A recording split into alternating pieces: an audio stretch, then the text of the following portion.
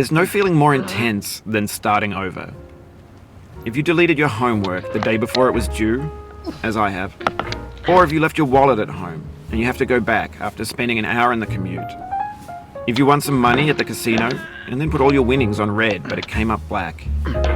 If you got your best shirt dry cleaned before a wedding and then immediately dropped food on it. If you won an argument with a friend and then later discovered that they just returned to their original view.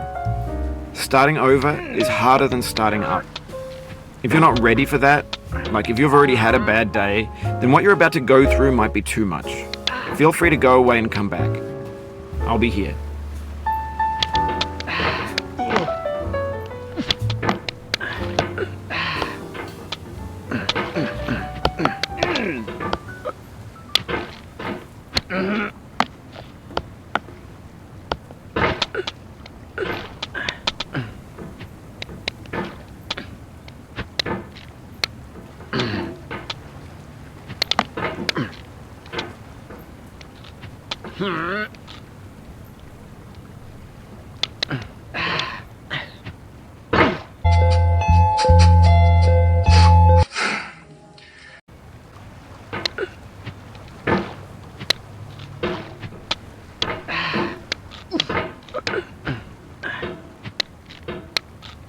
Alright, thanks for coming with me on this trip.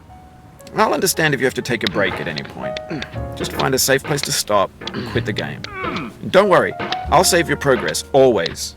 Even your mistakes. This game is a homage to a free game that came out in 2002, titled Sexy Hiking. The author of that game was Jazuo, a mysterious Czech designer who was known at the time as the father of B games. And B games are rough assemblages of found objects. Designers slap them together very quickly and freely, and they're often too rough and unfriendly to gain much of a following. They're built more for the joy of building them than as polished products.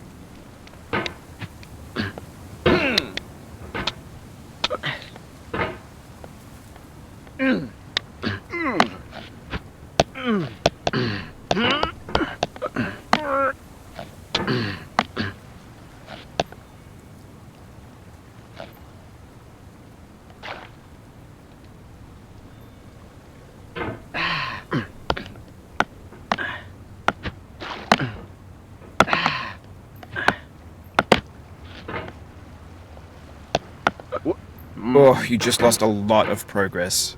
That's a deep frustration, a real punch in the gut.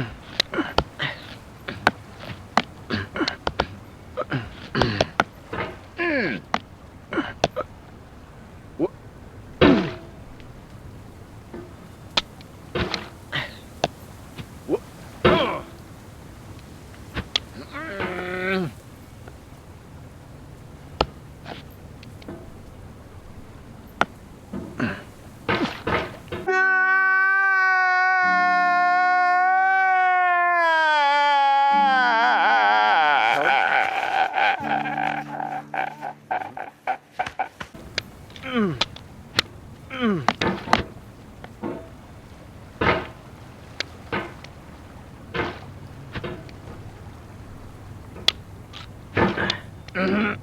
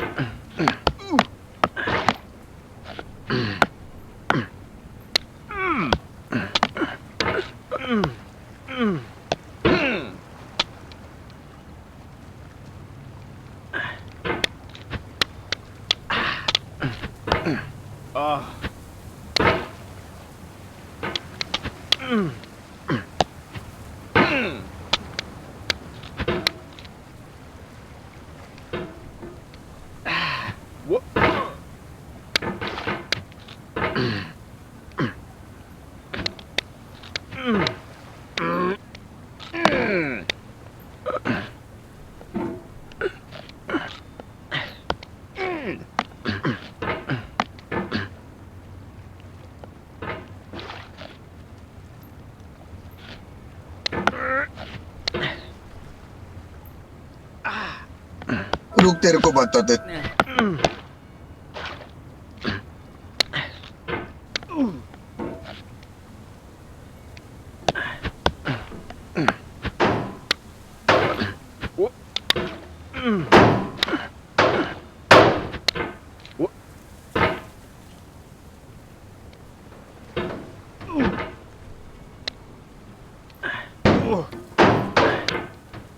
In a certain way, Sexy Hiking is the perfect embodiment of a B game.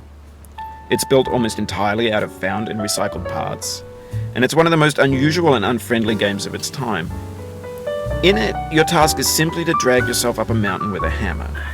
And that act of climbing, in the digital world or in real life, has certain essential properties that give the game its flavour.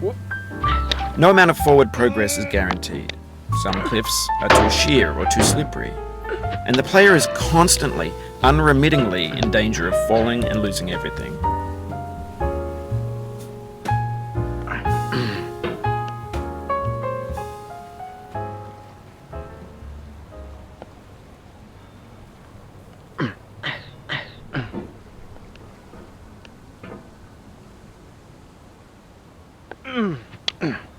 Anyway, when you start Sexy Hiking, you're standing next to this dead tree that blocks the way to the entire rest of the game.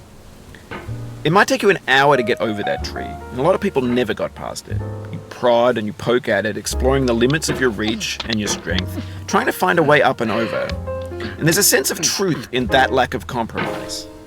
Most obstacles in video game worlds are fake. You can be completely confident in your ability to get through them once you have the correct method or the correct equipment or just by spending enough time. In that sense, every pixelated obstacle in Sexy Hiking is real.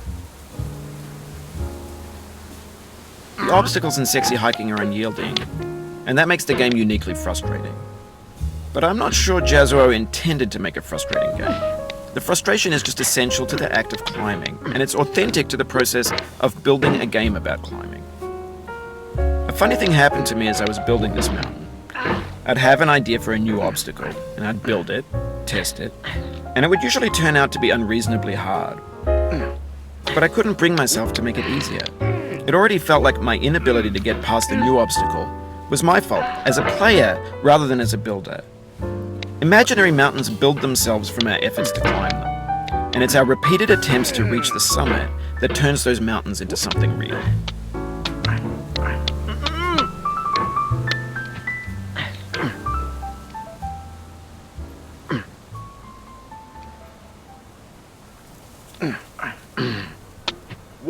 Oof, sorry about that.